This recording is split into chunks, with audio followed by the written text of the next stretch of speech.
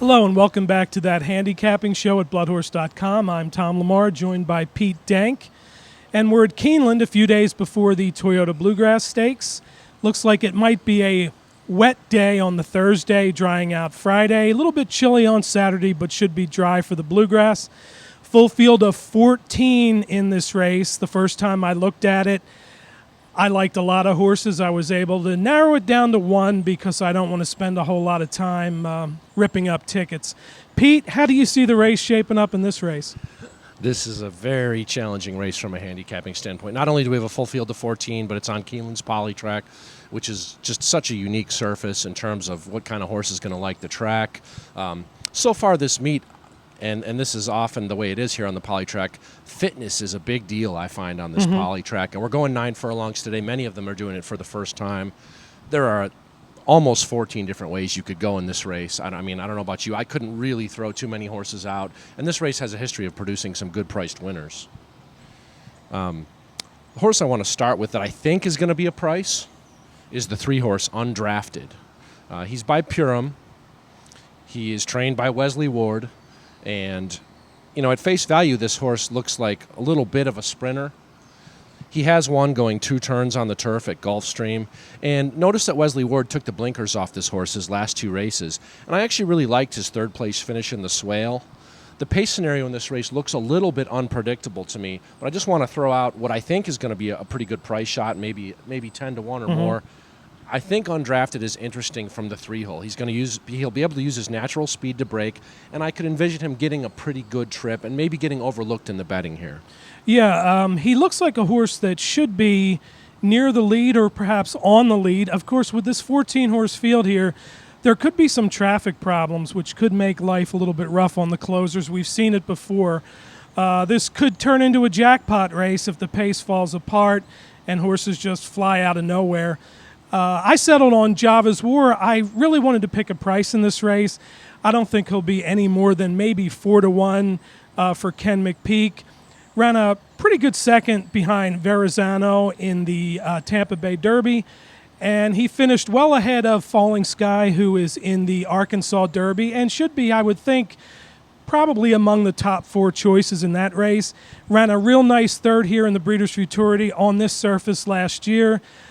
Makes his second start of the year. Julian Leparoux is riding, which is always a good thing here at Keeneland. So I'm going to go with Java's War, and quite frankly, I'm not going to go any deeper because I don't know what else to do. Yeah, there's a temptation after you spend an hour or 2 looking at this race. Right. There's a temptation to kind of like just take the easy way out and pick a horse, right? Exactly. And I kind of thought about going that route too. An interesting horse for me here, and he's a deep closer. That's Balance the Books.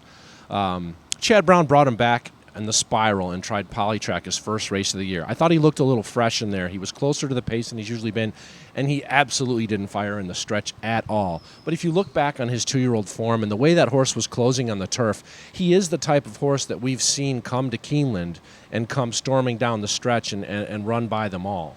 And I think he's an interesting bounce-back play here. Chad Brown was going to run a horse I love, Noble Tune, in this race. He decided not to run him. He said he didn't work well in the poly track. So I guess Balance the Books is kind of the sub here. I'm not sure if he was going to run anyway.